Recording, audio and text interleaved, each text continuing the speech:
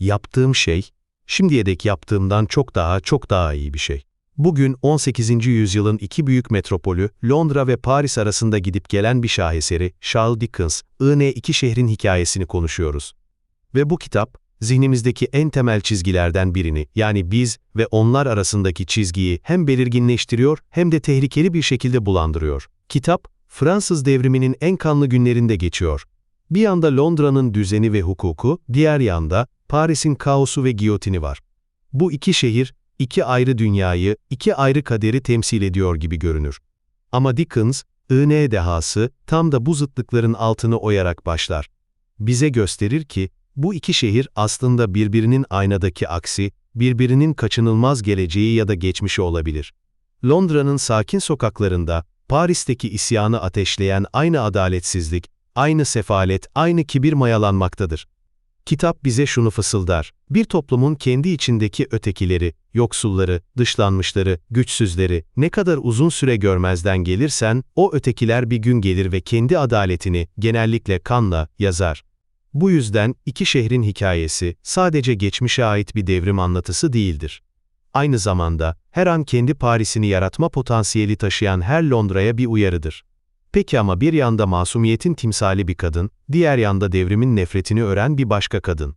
Bir yanda hayatını ailesine adamış onurlu bir adam, diğer yanda ona tıpatıp benzeyen ama hayatını boşa harcamış bir berduş. Dickens bu ikiz karakterlerle ne yapmaya çalışıyor?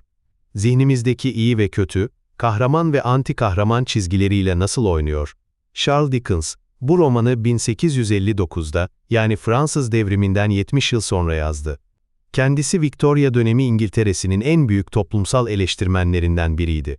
Londra'nın zenginliği altında ezilen yoksulluğu, sanayileşmenin acımasızlığını bizzat görmüş ve yazmıştı. İki şehrin hikayesi, onun Fransa'ya bakıp aslında İngiltere'ye seslenme biçimidir. Bakın, Yearney der gibidir, aristokrasinin halkı insan yerine koymamasının bedeli ne oldu? Aynı tohumları siz de ekiyorsunuz. Bu bağlam, romanın neden sadece tarihi bir macera olmadığını, aynı zamanda derin bir politik analiz olduğunu anlamamızı sağlar. Peki bir insanı mezardan çıkarmak, onu gerçekten hayata döndürmek için yeterli mi? Romanın merkezindeki en güçlü fikirlerden biri, hayata geri çağrılmadır. Doktor Manette, 18 yılını suçsuz yere Bastille zindanı, NDA geçirdikten sonra kurtarılır. Fiziksel olarak özgürdür ama zihinsel olarak hala hücresindedir. Travması o kadar derindir ki, en küçük bir sarsıntıda hemen o eski haline, ayakkabı yapan bir mahkuma dönüşür. Dickens burada bize çok net bir şey gösteriyor: gerçek hapislik bedensel değil, zihinseldir. Doktor Manette'nin kurtuluşu, zindandan çıkmasıyla değil, kızı Lucy'nin sevgisiyle, ona yeniden bir amaç ve kimlik vermesiyle yavaş yavaş gerçekleşir. Yani hayata geri çağrılmak, tek seferlik bir olay değil, her gün yeniden kazanılması gereken bir mücadeledir. Bu fikrin tam zıttı ise, avukat Sidney Cart'ın karakterinde karşımıza çıkar. Cart'ın, zeki, yetenekli ama kendini alkole ve umutsuzluğa boğmuş bir adamdır. O, Londra'nın kalabalıkları içinde yaşayan bir ölüdür. Hayatını boşa harcadığına inanır. Ancak Lucy'ye olan karşılıksız aşkı, ona hayatında ilk defa bir anlam verir. Romanın sonunda, Lucy'nin kocası, yani kendisine tıpatıp benzeyen Charles Darnay, giyotinle idama mahkum edildiğinde, Cart'ın onun yerine geçer.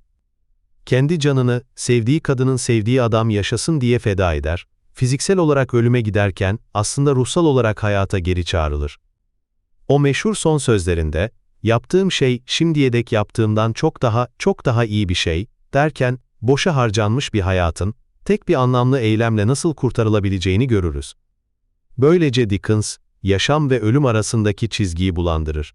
Bedenen yaşayan ama ruhen ölü olan Cart'ın, ölerek ölümsüzleşir. Bedenen kurtarılmış ama ruhen hapis olan Doktor Manette ise, sevgiyle yavaş yavaş yaşama döner. Bu, bize hayatın sadece nefes alıp vermek olmadığını, bir amaca, bir sevgiye tutunmak olduğunu gösterir. Peki yüzyıllarca ezilmiş bir halk, adaleti aramaya başladığında, intikamın çekiciliğinden nasıl kurtulabilir? Kitabın en rahatsız edici analizlerinden biri de budur. Dickens, devrimin fitilini ateşleyen aristokrasinin zulmünü en acımasız şekilde resmeder. Marquis Evremont'un arabasıyla bir çocuğa çarpıp öldürdükten sonra, acılı babaya bir altın fırlatıp, "Siz insanlar çocuklarınıza sahip çıkamıyorsunuz," bitemesindeki insanlık dışı kibri bize gösterir. halkın çektiği açlığı, sefaleti, aşağılanmayı iliklerimize kadar hissettirir. Bu yüzden, Paris sokaklarına şarap fıçısı devrilip de insanlar yerdeki çamurlu şarabı içmek için birbirini ezdiğinde, o kırmızı lekenin yakında akacak kanın habercisi olduğunu anlarız. Devrim başladığında, halkın öfkesi haklı bir adalet arayışı gibi görünür. Bastille'in yıkılışı bir zaferdir. Ancak Dickens, çok geçmeden bu adalet arayışının nasıl kontrolden çıkıp kana susamış bir intikama dönüştüğünü gösterir. Madame Defarge karakteri, bu dönüşümün vücut bulmuş halidir. Ailesi aristokratlar tarafından yok edilmiş olan bu kadın, tüm soyluları ve onlarla bağlantılı herkesi ördüğü örgüye birer ilmek olarak kaydeder. Onun için artık masum ya da suçlu yoktur. Sadece yok edilmesi gereken bir sınıf vardır. Adalet onun kişisel intikamının aracı haline gelmiştir. Giyotin, bir adalet sembolü değil, bir seri katliam makinesidir. İşte burada zihnimizdeki adalet ve intikam çizgisi fena halde bulanıklaşır. Ezilenlerin, ezenlere dönüştüğü o korkunç anı görürüz. Dickens bize şunu sorar. Bir neslin günahlarının bedelini, o günahlardan haberi bile olmayan bir sonraki nesil ödemeli midir? Charles Darnay, zalim amcasının yeğeni olduğu için suçlu mudur? Madame Defarge, Inet ailesine yapılanlar korkunçtur. Peki bu ona, Lucy'nin çocuğunu bile yok etme hakkını verir mi? Kitap, devrimin haklı gerekçelerini asla inkar etmez ama devrimin kendi ideallerine nasıl ihanet ettiğini de suratımıza bir tokat gibi çarpar. Adaletin, bireyleri ve onların kişisel suçluluğunu göz ardı edip, bütün bir sınıfı toptan mahkum ettiği noktada, adaletin kendisinin en büyük adaletsizliğe dönüştüğünü gösterir. İki şehrin hikayesinin üzerinden 160 yıldan fazla geçti ama eskimemesinin bir sebebi var. Çünkü anlattığı dinamikler bugün de aynen devam ediyor. Kitabın o meşhur açılış cümlesi, zamanların en iyisiydi, zamanların en kötüsüydü, belki de hiçbir dönemde bugünkü kadar geçerli olmadı.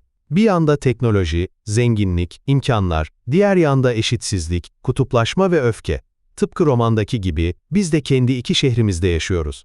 Sosyal medyanın bir dijital giyotin gibi çalıştığı, bir kişinin tek bir hatası ya da sadece yanlış tarafta durması yüzünden kalabalıklar tarafından linç edildiği, iptal edildiği bir çağdayız. Tıpkı Jacobenlerin muhakemesiz infazları gibi, biz de çoğu zaman anlamadan, dinlemeden, bütün bir hikayeyi bilmeden insanları harcıyoruz. Bir tarafın diğerini, vatan haini, canavar ya da asalak olarak gördüğü, insanlıktan çıkardığı siyasi söylemler, Marki'nin halkı sıçanlar olarak görmesinden ya da devrimcilerin soyluları domuzlar olarak görmesinden pek de farklı değil. Dickens, Inet uyarısı burada yeniden çınlıyor. Karşındakini insan olarak görmeyi bıraktığın an, en korkunç zulümlere kapıyı açmış olursun.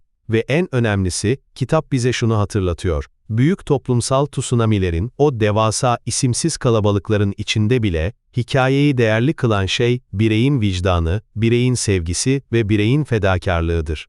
Sidney Carton, Inet son andaki kahramanlığı, devrimin yarattığı bütün o kolektif çılgınlığa ve nefrete karşı bireysel sevginin zaferidir. Nefretin her şeyi yuttuğu bir dünyada, bir hayatı kurtarmak için kendi hayatını vermenin en yüce eylem olduğunu bize gösterir. Bu yüzden iki şehrin hikayesi, ölmeyi reddediyor. Çünkü bize en karanlık zamanlarda bile insan kalmanın ne demek olduğunu hatırlatıyor. İki şehrin hikayesi bize gösteriyor ki, adalet ve intikam, sevgi ve nefret, fedakarlık ve bencillik, yaşam ve ölüm gibi kavramlar, sandığımız kadar net çizgilerle ayrılmıyor. Birinin başladığı yer, diğerinin bittiği yer olabiliyor. Bir devrim, adaleti getirme vaadiyle başlayıp, kendi çocuklarını yiyen bir canavara dönüşebiliyor. Kurtarıcı gibi görünen bir halk, zalimin ta kendisi olabiliyor. Boşa harcanmış bir hayat, en anlamlı fedakarlıkla taçlanabiliyor. Kitap, bize kesin cevaplar vermekten çok, doğru soruları sorduruyor ve bildiğimizi sandığımız ahlaki pusulamızın aslında ne kadar kolay şaşabileceğini gösteriyor. Ve çizgiler biraz daha bulanıklaştı.